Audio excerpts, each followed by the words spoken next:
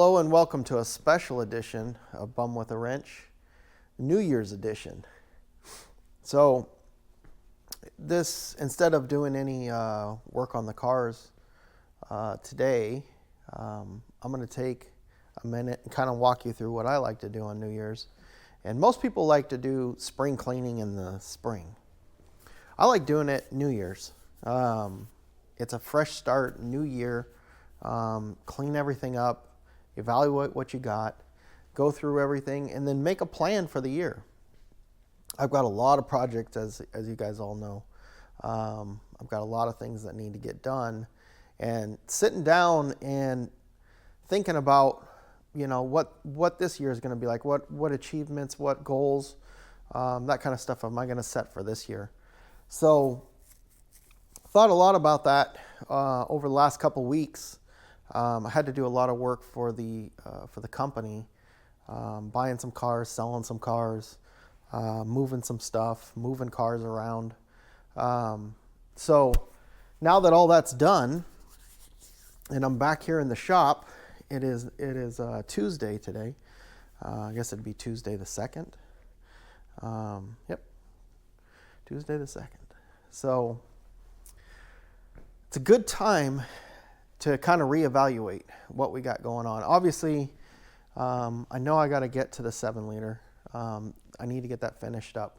So that's going to be my main focus here after I go through and do a just massive cleaning. The building is pretty wrecked. The end of the year there, had a lot of projects going on, a lot of stuff that I was really pushing for, and then of course the West Coast Power Tour just really took its toll on the building, because when you're moving that fast, doing that much work, tools everywhere, stuff everywhere, floors are a disaster. My Wagoneer is actually going down the road. They're going to come pick that up today. So got something new, new to me. So so I got a lot of stuff going on. So let's walk you through what I got going on. So when I was going through everything and trying to figure out, what do I want 2024 to have? What's the goal? What are good goals for 2024? So I can tell you I had a blast doing the West Coast Power Tour. It's so much fun. Even though it's California to Vegas to California again, I had an absolute blast. It was so much fun. So the owner, he bought another property out on the East Coast, and I was talking to him. I was out there doing a lot of work out there on that new property, and he said that he wanted the Camaro out there on the East Coast. We'll probably end up buying a car or two and putting them out there so that when he's got places all around, so that when he goes to that new location, he'll have something to drive. And I thought, you know what, that's a great opportunity for me to go to the East Coast Power Tour. So if I start that goal now, here at the beginning of the year, I have almost a year to get ready for that. So the Camaro's not too far off of being done, but setting goals is good. Easily achievable goals is great. It helps you kind of get through the process and get through the things that you need to do. But as you know, I like to set kind of some tough goals too. So this is my plan, at least for the East Coast Power Tour. I'm going to finish up the Galaxy, of course, the 7-liter, get that done, and then right after that, I'm going to go to the Camaro, and I'm going to get the Camaro done. Now, the Camaro's going to be done in a couple different stages, but my goal is to get it completely done, all the stages done, and back there on the East Coast to go through the Power Tour. So this thing, I got to get the motor running, got to get the car running and driving again. And then also I have that Art Morrison independent rear suspension that needs to go into the car. That is a big job. It's one that there's no room for error. You cannot mess that up. It's going to take a lot to be able to sit down, that's something you really think through before you really start doing anything. Because as you know, those Camaros, they're unibody cars. So I've got to cut some of the car out to put that in. Cutting apart a car that you spent $100,000 for, and then put a whole bunch of money into it with a Texas Speed Performance motor. That motor was 20 grand. I got to pull that transmission out. It's got a Tremec 5-speed in it right now. It'll probably last for a minute or two at least. It's rated up to 500 horsepower. That motor makes way more than 500 horsepower. So one of the things I don't like to do is give the owner a car that I know is going to break. Now, is it going to break today, or is it going to break 2 months down the road? I don't know. But I know that transmission's going to break. So rather than blowing up a good 5-speed that I can use on another project, I'm going to go ahead and replace it with the 6-speed manual that's rated to, I think, like 800 horsepower, which will be fine for that car. It'll hold that up, no problem. So that 5-speed's going to come out. I can sell it or use it on another project, and then I'll pop a 6-speed in it. Then I don't have to worry about it. I'm not blowing up a good transmission because I'm pretty sure the transmission that's in that car is pretty new, because everything really with that car is pretty new. Maybe I'll put that 5-speed in my Galaxy. I don't know. I kind of like that car being an automatic, but you never know. Maybe a manual transmission would be fun. Again, that's a retro mod, so I can do whatever I want with it. It could have, 15 different drivetrains throughout its life. I don't know. You just keep playing with them. So, but the Camaro, I need to get the motor running. Need to change the transmission, and once that I'm calling that like the first stage of build, because you really don't want to do too much when you're modifying a car. You modify it in stages. That way you get the motor running, you drive the car. Make sure there's nothing wrong with the motor. Once all that's shook down, the suspension, the engine, everything's running great, there's no problems with anything, then you can go ahead and pop that trans out, pop a new transmission in it, because remember, you change transmission like that, I'm going to have to build a new drive shaft. Maybe. It's possible that drive shaft would work with the 6-speed manual transmission. But since I have to do an Art Morrison independent rear suspension in the car, it's going to require a new drive shaft anyways. So my plan is to get it running, get it driving, shake it down, get the wheels on it, get the suspension, everything, get everything done, and then drive it. Make sure everything works good. And then once that's good, then bring it back in the shop. Right now it's got a Ford 9-inch underneath of it. I'll drop that 9-inch and then very meticulously go through and remove the parts of the car that I need to remove to put that independent rear suspension in. Once that independent rear suspension goes in, then I can go ahead and pop that transmission out and put a 6-speed and then measure for a new drive shaft. At that point, the car is pretty much done. So go through and shake it down again, make sure you got, the car's operating fine and driving good. When I'm done, that car should be a all-around beast. So it should be able to tear it up on the track, whether it be a road course or a drag strip. It's going to be an awesome cruiser, road course car, drag strip car, cruiser. I'm building it to kind of do everything. So the independent rear suspension is way overboard for that car, but I'm telling you what, it's going to make that car absolutely amazing on a road course. So, and then also everyday drivability, you don't think about it, but a solid axle car, when you hit bumps and that kind of stuff, the way it transfers that energy into the car, when you got independent rear suspension, that car will do better, over bumps. So I'm really looking forward to that. It already has a custom subframe underneath the front, and then it has subframe connectors all the way to the back that are really nice. The underneath that car is just as beautiful as the top. And then putting that independent rear suspension in the back of it, which is all framed, that car will basically have a new frame underneath of it. So it'll be a unibody car sitting on basically a frame. So should be super, super cool. Get that one ready. And then my plan is to put that one on a trailer and trailer it out to the East Coast. At the same time, I want to take the El Camino. There are a couple of pictures of the El Camino when we first got the car, truck, whatever you want to call it, on bumwithawrench.com. So if you haven't seen that car yet and you want to see it, you can go check out. There's a couple pictures on that website. I don't really keep up with that website as much as I should, but there's some pictures there. You can see it. It had some really ugly wheels on it, but the car itself is really kind of cool. It was really clean when we got it, but and then like I said, it blew the water pump, and then I just started finding lots of electrical gremlins, and slowly but surely the whole front end came off that car, because apparently I love taking front ends off cars. So now it's got a multi-port fuel injection sitting on top of a 396.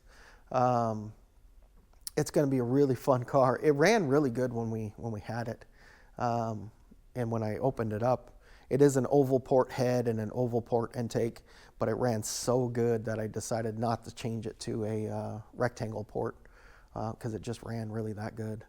So that's not really a drag race car. It's not going to be anything crazy. It might get some kind of new drivetrain later on in its life. I don't know.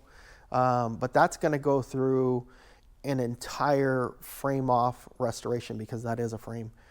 It'll go through an entire frame off restoration. But before it does that, at least the way I think that cars should be built from the ground up, is basically you take everything that you want the car to be, so motor, transmission, suspension, everything that you want it to be in whatever configuration it's in, and you build it that way. So it's going to get all of its suspension, it's going to get all of its motor modifications, it's going to get transmission, the hood will go on it. I got a nice fiberglass hood that was really hard to find and quite expensive, 2-inch cowl induction. It'll go on that car. So basically put all the parts on it that you want it to be, and don't mind about how everything looks or is painted or anything else like that. Get it all functional. Once the entire car is functional, you no longer have to cut, grind, hack, sand, everything's good. Then you blow the car apart into little pieces, send everything out, frame powder coated, suspension parts powder coated, whatever needs to be done, send the body out for paint, interior gets all redone at that point, everything. And then you put the car back together real slowly. You do it that way so that you don't end up having to, you paint,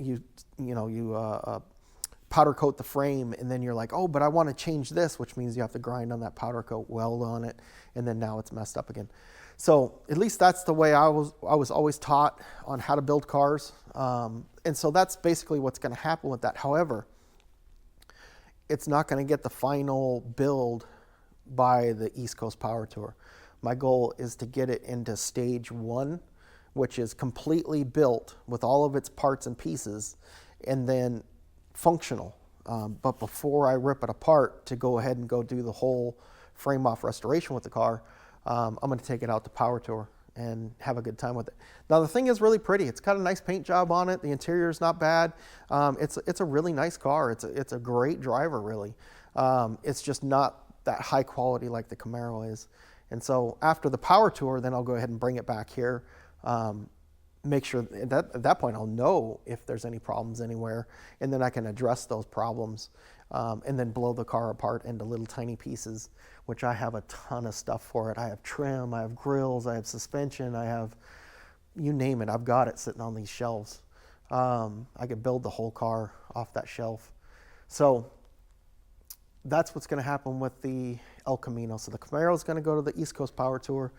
The El Camino is going to go to the East Coast Power Tour. I have 2 trailers. The new vehicle that I bought will hopefully be able to haul one of those. I know the Camaro is probably lighter than the El Camino. So hopefully we can get those 2 out there. That's my goal. I feel a lot better about planning for the East Coast Power Tour with those 2 cars than the West Coast Power Tour in a week with this car. That was a lot. That took a lot out of me. I'm not really old, but I'm getting old enough to where that hurt, especially driving it back with the blown out exhaust donuts. That took a toll. Not as young as I used to be. So, but So this car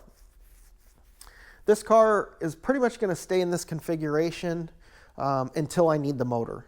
So I'm not going to pull the motor out of this car. I'm not going to, we'll probably start building on the small block Chevy for it, but I'm not going to put that in that car until my restoration, budget-friendly restoration is ready for the motor out of this car. So once that car is in a configuration where I need to pull the motor out of this and put it in that, that's exactly what's going to happen. It's just going to come out of this, go right into that. So, and then at that point, then I can go ahead and drop that small block into into this car. So that's my plan. There's a lot of other projects in here, sure. I think that's a good goal for 2024. It's a lot of work. I do need to get to the 57 Chevy. And because I like pushing myself, my thought is if I can, because remember, so just to go back over it again, my thought is Camaro, El Camino, I have my budget-friendly restoration that I have to build and sell, and then I have this 57 Chevy up here. So depending on how the year kind of goes up until summer, this 57 Chevy, I would love to take that to the West Coast Power Tour. I think it'd be a blast. It'd be a lot of fun. That thing is really cool. So, but as you can see, that car has absolutely no suspension underneath it, no frame underneath it, no anything. So it's just a shell right now. That's all that is. I got it sitting on Harbor Freight furniture dollies. The frame's actually outside. I was working on the frame, and then the owner wanted me to do the Galaxy, so I did that. But let me put you guys on hold for a minute, and I'm going to kind of go through and show you. I want to show you a little bit more about what's going to happen and how it's going to happen. And so let me get organized, and I'll get right back with you guys. All right, I got you guys out here in the parking lot because this is where a lot of the just random stuff I've got stored. So over here, you can see the big drag slicks. This is the 57 Chevy frame. I started working on it toward the end of the year, last year, and really kind of going through. The whole thing is really custom. It's underneath the tarps, which has been raining, so the tarps have a ton of water on them. I was going to pull everything off and kind of show you guys, but yeah, that's an adventure for another time. But I've worked the front of the frame, so the front of the frame's done. All I need to do now is work the back of the frame because it's a tubbed out 57 Chevy. And the guys that did it, it was really kind of a garage built thing. The frame is not the best. It really needs a lot of attention in the back. The way the shocks mount, they just put a piece of flat bar across and blew some holes in it, mounted the shocks. It's really bad, and that bar actually came down and hit the brake lines on the rear end right at where the distribution block is. So I need to do a little bit of work on this frame. I've already welded up and fixed a lot of the parts here in the middle. They had a really cheap homemade transmission brace. I bought a nice transmission cross member from Classic Industries, I think. Because this is a 383 stroker with a 700 R4 custom built manual shift. So no trans brake or anything like that. It's just a manual shift 700 R4. So the fuel cell, I need to address that in the back because they just have some all thread pushed up through. It's really kind of just, this part was really thrown together. The rest of the car's in pretty decent shape. I do have some interior pieces and stuff that I need to continue to make. But with that aside, this will be the real challenge and push if I can get through those 2 other cars and get to this car for the West Coast Power Tour. This one might not go, but it's always good to set those high expectations, those high goals, the goals that you're not really sure if you can get to it, but it would be awesome if you could. That's kind of the way I do stuff. So I might not be able to get to this car until 2025, but I would love to get it buttoned up and finished for the West Coast Power Tour 2024. If they do a West Coast Power Tour 2020, I hope they did. I had a great time. So the yellow 7-liter, this car, I know there's a lot of people that want to see this car. To be honest, I'm not going to be able to get to this car until 2025. I just can't do it. I have too many other projects going on. This is a really expensive, rare car that's in really bad shape. So I'm definitely not going to hurry on this car. In no way, shape, or form am I going to just blow through things. It's not going to happen. You can see the way I am with the red 7-liter in there and just the air conditioning box. I'm going to take that same kind of idea and put it toward this entire car. So right now what I'm doing is I'm just, watching eBay, going along, seeing if there's parts that pop up that I need, that kind of stuff. So I've got a guy out in, I think, Washington or something that's got some Galaxy parts. They're 65, I think, but like inner fender wells, that kind of stuff. Again, I haven't really evaluated much on this car, so I'm not really worried about that. My bigger worry is the 65 convertible. That's the budget-friendly restoration. So on that car, I know I have to replace floor pans, not nearly as bad as this car. This car is they're completely gone. That car is just the bottoms, where your feet sit, because it's a convertible and because it probably got some rain. It's just the bases right there aren't very good. The rest of the car is in great shape. So I can get those floor pans for that car. This car, I don't know.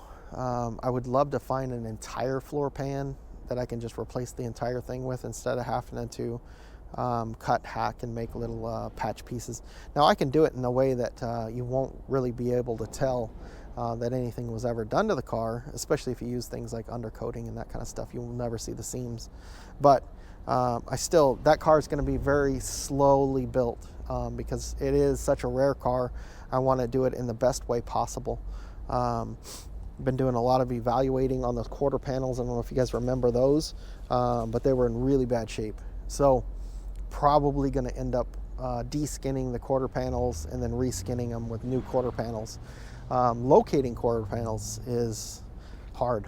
I can find the lower half of the quarter panel, but not the whole quarter panel itself. So I might actually end up buying a car just to fix this car. But again, this car is not going to get done, even started, until 2025. I know a lot of people want to see that. I just can't. There's nothing I can do. I got too many projects. So, but back on this trailer, I have all the 57 fenders, the hood, all that kind of stuff underneath these tarps.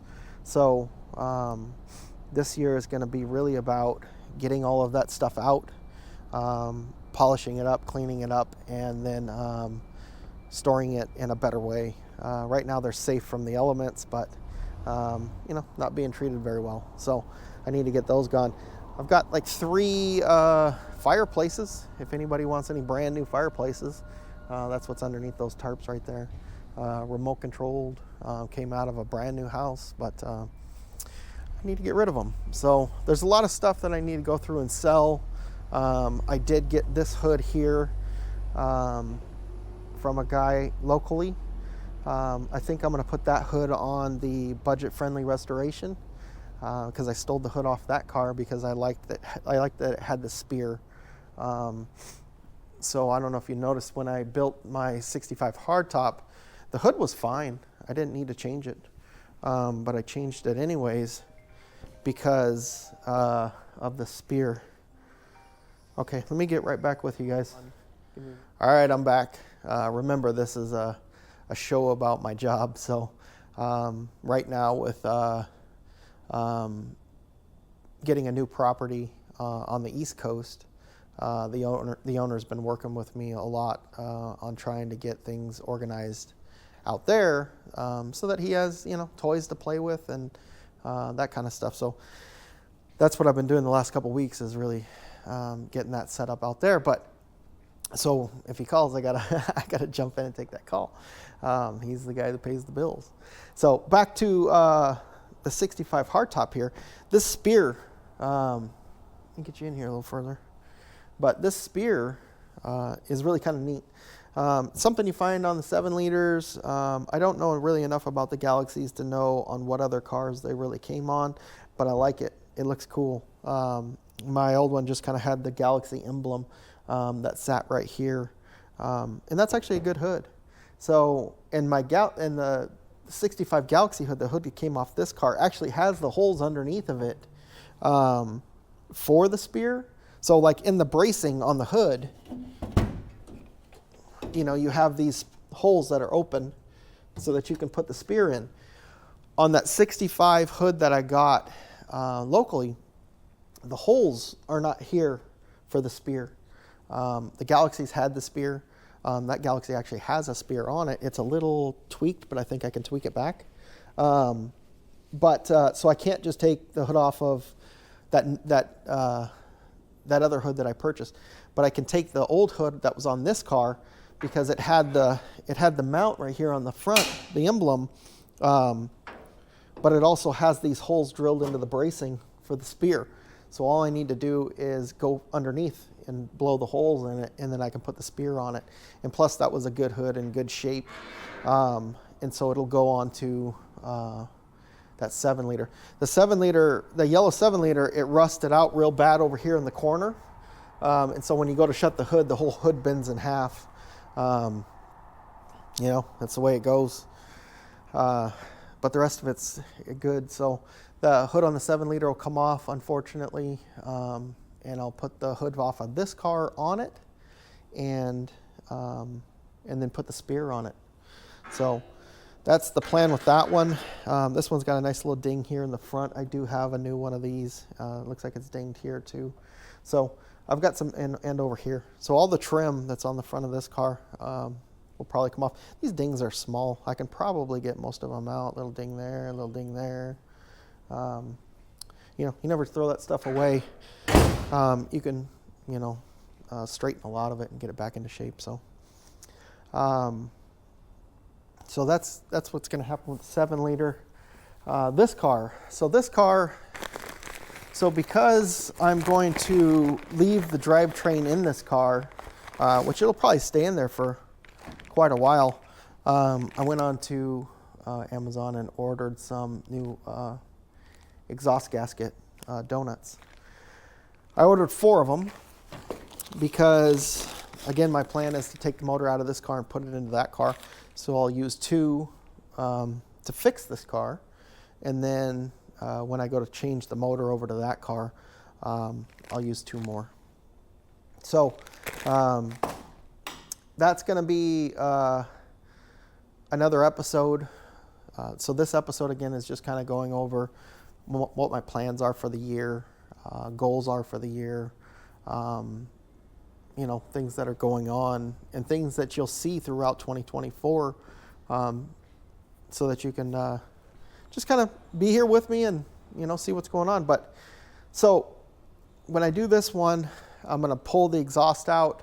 Remember, when I built this car, I built the exhaust. I'll show you when we do that episode. I had them build the exhaust like a modern car. So you have the coming out of the headers, going down the length of the car, and then as soon as it hits the mufflers, there's a V-band clamp right there. So I can drop that whole center section of the exhaust without having to try and struggle with it in the car. Most of these custom exhaust shops and stuff, they'll just build the exhaust straight down the car. And if the modern cars and stuff, you put those in the air, and that's the way you can do it. You can take the center section down to work on the car. So I built this one in the same way. So most likely what's going to happen with this car, when I pull the motor out and put it into that car, I'll take that center section and put it in that car. And then I'll have the back half in this car. So when I drop that small block in, all I got to do is run it down to the exhaust shop and have them make a new center section. And then I'll have already the center section for that car made up. So then I just need to drop that one off and have the back half made. So that's the plan with this. This car really runs and drives great. I'll tune and tweak on it still a little bit. I know the carb needs to be jetted down. The transmission's doing okay for now. I'll probably end up changing that pinion seal at some point. What else with this car? Change those exhaust donuts. I think the vacuum, that silicone vacuum hose from the manifold to the booster isn't really working up to its full potential. The booster is kind of a little bit hard, so I don't think it's getting enough vacuum. So I need to evaluate that a little bit. Other than that, that's really about it for this car. I'm missing the dash parts. So on this car, I might go ahead and refurb the dash, which it's about $1,000 for the dash pads, $1,000 for the gauges, and then paint the whole dash black because the interior of this car is going to go black. So I'll probably end up doing the dash. And then who knows, throughout the year, I may, sneak it in there without the wife knowing and doing the door panels and the seat covers and the carpet. Really, that's about it. The headliner is falling down a little bit right here at the front, but it's not horrible. So I could definitely wait on that. But I think if I buttoned up the interior in this and got that all nice and new, it would really kind of make it a little more enjoyable to drive. Even though I am going to go bucket seats in this car, some kind of race seat, that bench seat's kind of really cool. It's like sitting on a couch in your living room. So it's really kind of a good time. So that's what's going to happen with this car. I'm going to leave it stickered up. Hopefully take it to some car shows. Use it as a promotional tool for the channel, and let people kind of see the car and maybe come hang out and check out the channel. So moving right along here. This, I don't think I ever showed this to you. This is the 383 stroker out of the 57 Chevy. So I really didn't do much to this engine. This thing ran really good when we got the car.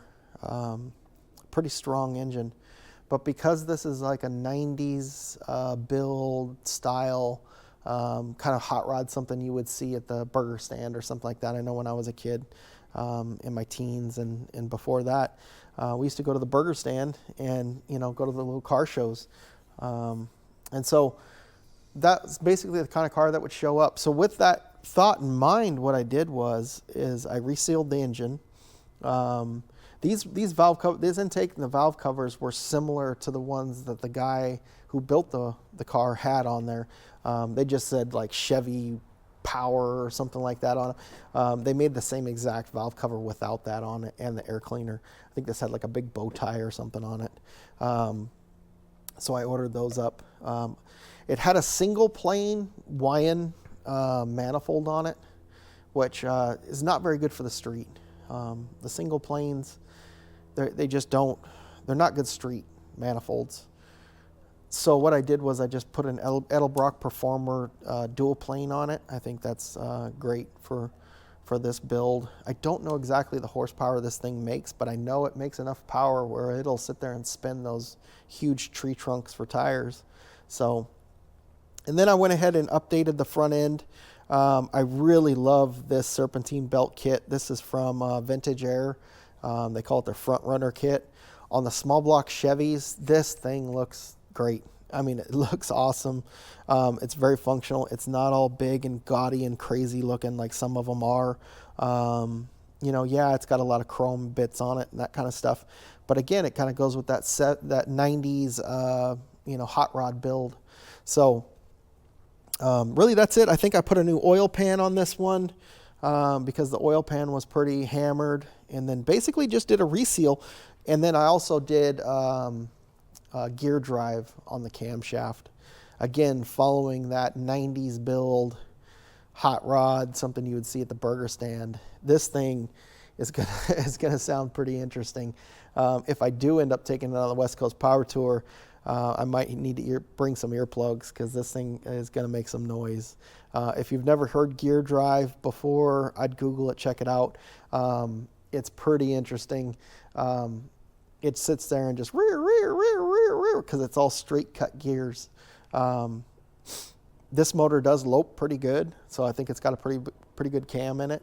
I know it's roller top end. I don't think it's roller bottom end, but I don't know. I can't remember. I'm pretty sure we would have checked it out when we did the manifold, but I can't remember if it's roller bottom end or not. So anyways, that's this. I need to get a plug for over here. I've been robbing parts off of this engine for some time now, so I really kind of got to go through and see what I need to put back on it. It still has the throttle plate from Holley. It's got the fuel regulator plate from Holley, which is good. It's got the kickdown for the 700R4 still on there. MSD ignition in the back. I think I only robbed a few small things off of this, so I might be all right. But yeah, so that's this motor. That'll go into the 57 Chevy. The transmission for that. So I had a technician that worked for me for a while that worked on transmissions, and he took that apart and took a look at it, and it's actually in really good shape. So that's the 700R4 out of that car. That's set up with a manual shift design. So basically you'd put a ratchet shifter in the car. First gear, you'd ratchet it all the way down and dunk, dunk, dunk, so on and so forth. And then to drop a gear, you actually have to manually drop it. I guess it's a strong way to build a 700R4. I'm not a transmission guy. I never get into transmissions. If I need a transmission, I buy one or have one built.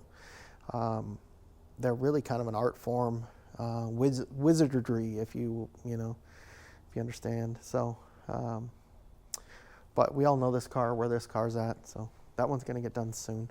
And I'm not going to have 500 videos on this car. I think people are getting bored with that thing. I know I am. So, the Fox body. Even though this is kind of a combined collaboration, me and my good friend Jason bought this car with the intentions of reselling it, which are still the intentions. However, speculators right now are predicting that the used car market is going to take another dive, which is really sad.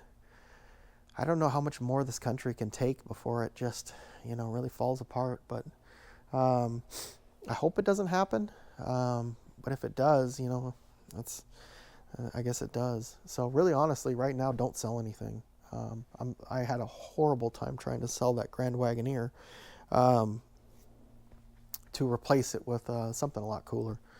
But so with this car, it's really kind of unique because the paint's original to the car.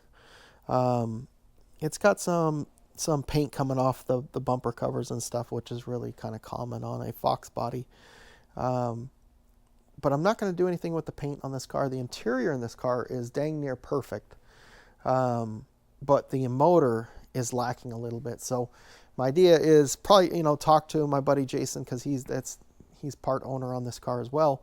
But I'm thinking, because the auto industry is taking a turn for the worst right now, that we're going to have to probably hang on to this car for a little while, which is okay.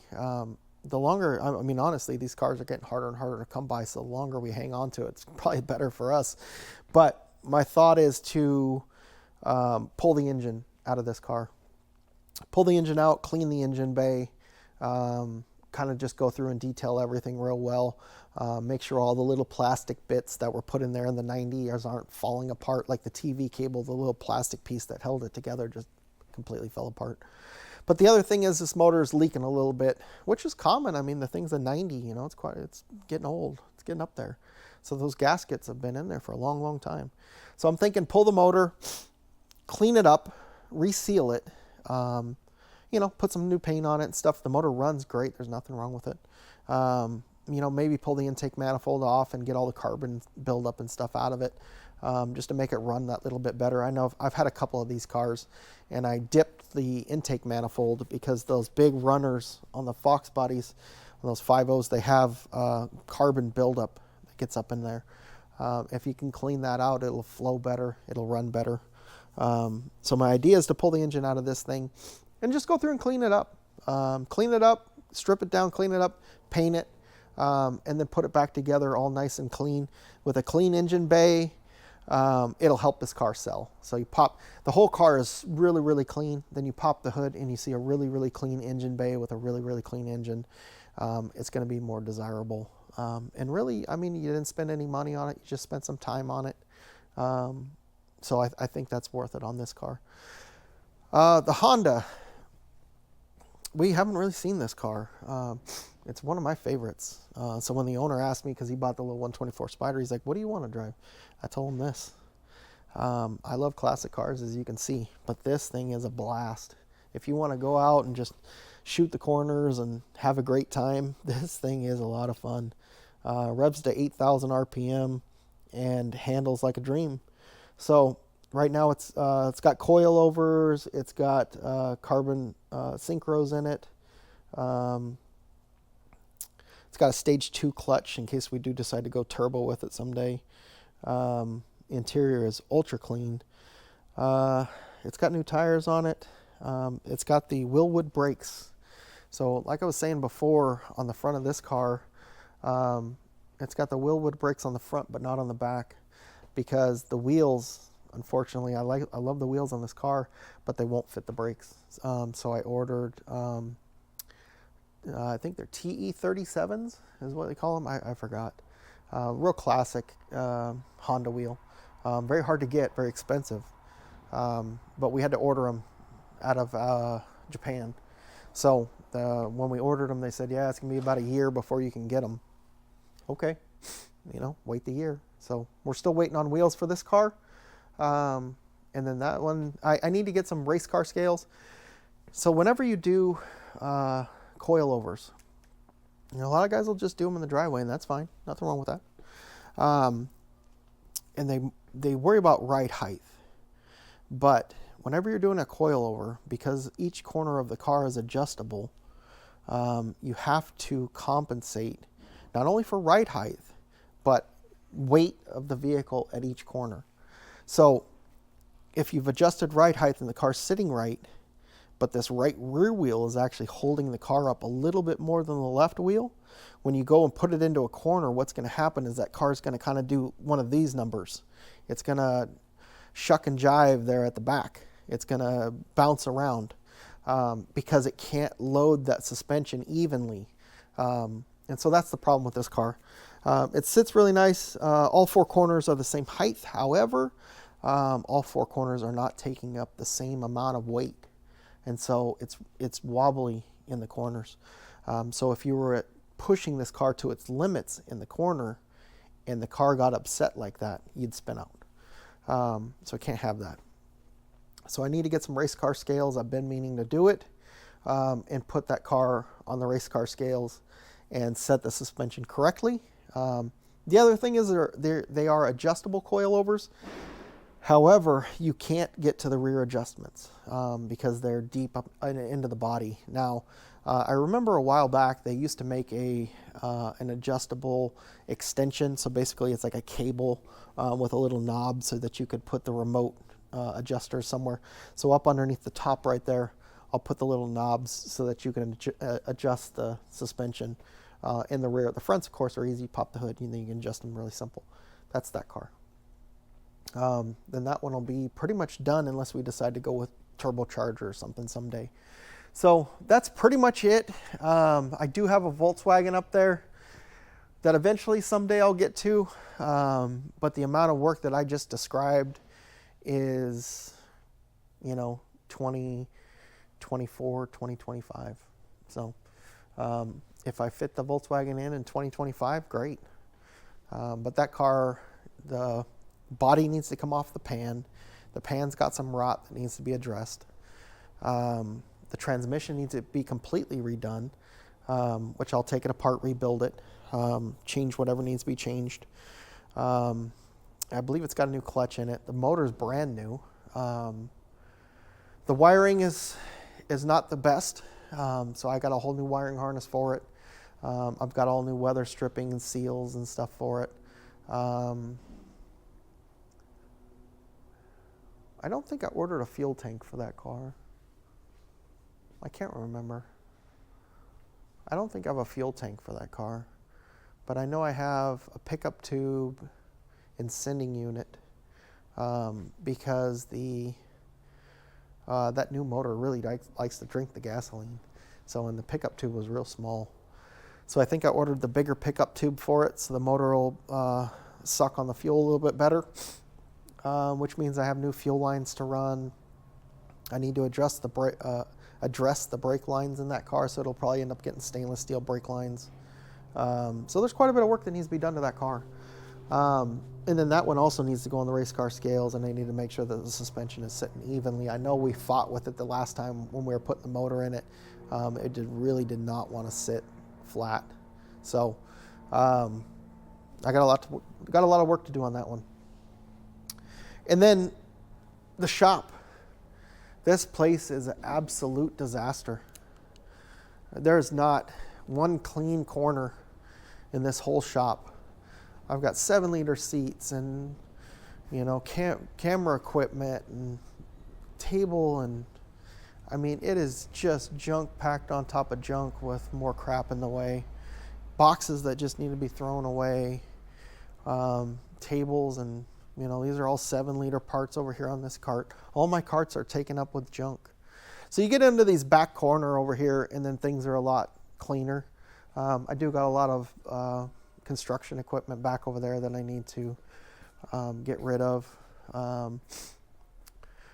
This is that ZZ430 that's going to go into the Galaxy. So this motor is out of the Camaro, of course. And like I was saying, we're pretty sure that this is a clone, because on the real ZZ430s, I think it was on one of the corners, it had the serial number of the engine in the valve cover. But as we go through and look at it, I mean, everything looks to be the way the ZZ430 was built. So it says GM Performance Parts on the cylinder heads. So I just need to get a part number off that and see what heads are in it to see how it breathes. Everything seems to be the way it was. We put this on when we were trying to tune it, so that we could see the timing marks a little bit better. That's why this is there. Normally that doesn't come on the ZZ430, but on this one it's there because we put it there. Yeah, we really struggled with this, trying to get it. So it's got the GM Performance manifold on it. I stole the carburetor off and put that on my Galaxy. But, so yeah, that's that motor. Plan with that is to basically put it up on the stand, take it apart, and really give it a good evaluation on all the parts. Again, my plan is to take it and break it apart, evaluate all the parts, see what I got, and then I want a high compression, snappy motor out of this thing. So it's probably going to need camshaft. I don't know. I need to go through and see what it needs. Pistons, cam, rings. Just kind of really just give it. I always wanted to build one of those high compression, snappy motors. Runs on race fuel, that kind of stuff. I think this would be a cool one. So that's the plan with it. And then we'll figure out what the configuration is going to be once we get it apart and see what we got. Because building a good motor is all about balance. It's all about knowing what cylinder heads you have, so you know what kind of camshaft you can run, so you know what kind of carburetor you can run, so you know what kind of, that. It's all about combining the correct parts to make that the motor that you're looking for. So you may want something that you can't have based on the parts that you have. Now, you could do anything. So if the heads aren't going to work and I need different heads to do what I want to do, buy a set of heads, you know, and so on and so forth. But the parts that are on it, I think, are good enough to get me into the realm of what I want to do, high compression. So yeah, that's what I got going on for 2024. That's going to be these year's projects. It's kind of a list of everything that I have in the shop, basically. So, but that's what you can expect to see on the channel this year. Some of the other things that I'm going to do is I'm going to start to get into t-shirts, hoodies, and stickers are the three things that I'm going to start with. I talked to the sticker guy out here locally and told him that what I wanted to do, and he said, yeah. He said that's, you know, he'd be more than happy to assist me with that. So, which means I need to go talk to the artist that I'm thinking of to help me do the artwork. This artist is really, she's amazing. I love her artwork. I love her style. You know, each artist has their own style, and her style is amazing. Like I've always loved her style. So if I can talk with her and if she'll help me with the artwork, of course I'm going to pay her to do that, but because she's an artist, artists don't work on hopes and dreams, just like mechanics don't work on hopes and dreams. I think the artwork for this channel is going to be amazing. I think her abilities are above and beyond what I need to for the artwork for this channel. So I'm going to get some artwork done, which will also translate over into the YouTube videos. So like when you go on and you look me up, you know, and you see the little art, you know, the bum with a wrench. I think right now it's green with some yellow lettering. I'll change that into some artwork, do some artwork on the background photo, and along with the website as well. I'm not really too concerned with the website at this point. My more of a focus is to get the channel itself on to that next tier, more professional. So I'm gonna probably hire a company to do a intro video. Because I need to get that done. I know I've been talking about that a lot. I think that's the correct course of action, is just to hire someone to do the intro video, and maybe the exit video too. I need to figure that out. The thumbnails, from what I understand, aren't too hard to do, but the intro video and the sign off video, the end video, you know, the video you see at the end where it's got like, you know, all your stuff, and then it's got like 2 other videos you can click on, and it's got all this stuff going on. I don't know how to do any of that stuff, so best thing to do is probably hire someone that does know how to do that. So that's what's going to happen with the channel. I need it to grow a little bit more. I think those things, well, really the hats, hoodies, and stickers are really going to help with that. And then the professional intro video and exit video are just going to make my channel look that more professional. So I think that's important, something I need to focus on this year. So you can expect to see that this year. Other than that, I think that's about it for the channel. I'm going to try and get out to as many events as I possibly can. I'm on the West Coast, so they're going to be West Coast events. I'm going to try and do as many as I can, honestly, and I'm going to use the Galaxy as the platform car to do that with. That's the one that's all stickered up. I'm going to keep pushing that one as far as using it as a promotional tool for the channel. And it'll grow and mold and morph, you know. Like I still have to buff the paint out and stuff. I'm going to primer the front end. I need to take that front end back apart and straighten it out real well. The bumpers need to come off and get chromed. The car will start to evolve more and more and more. I'm not going to leave it just this ratty mess that it is right now. I do want to continually work on it, clean it up. But I can't put a lot of energy into that car because I need to do the budget-friendly restoration. So all the stuff that this car needs, that car needs it too. And the goal is to get that car gone. So I need to get that car rebuilt and sold, which shouldn't be too hard. But there's going to be a lot of firsts for me into that budget-friendly restoration. I'm going to try and paint it myself. So we'll see how that goes. That's going to be an adventure in itself. I'm going to paint the car. I'm going to do everything myself. So really the paint is the only part that I just don't really have a clue on.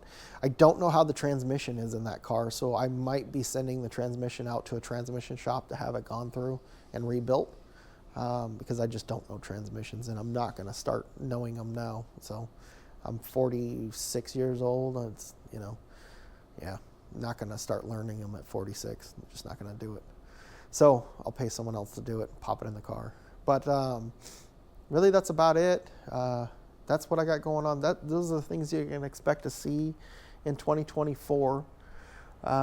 If there's anything that you guys want to see, other than the yellow 7-liter, because we're just not going to see that car this year, there might be little things of me cleaning out the interior or something, or evaluating this or evaluating that. But that's it on that car. I'm not doing any more than that. But if you guys want to see something, if you're interested in something, if you want me to make a video about something, let me know. Send me a message, and then I'll do my best to see if I can accommodate. But like always, thank you guys for watching. And if you haven't done so already, please like and subscribe, and tell a friend, tell 5 friends, tell the neighbor, maybe even tell the dog to tell the cat. So anyways, Happy New Year, all of you guys. I hope this is a very prosperous year for everyone. And until next time.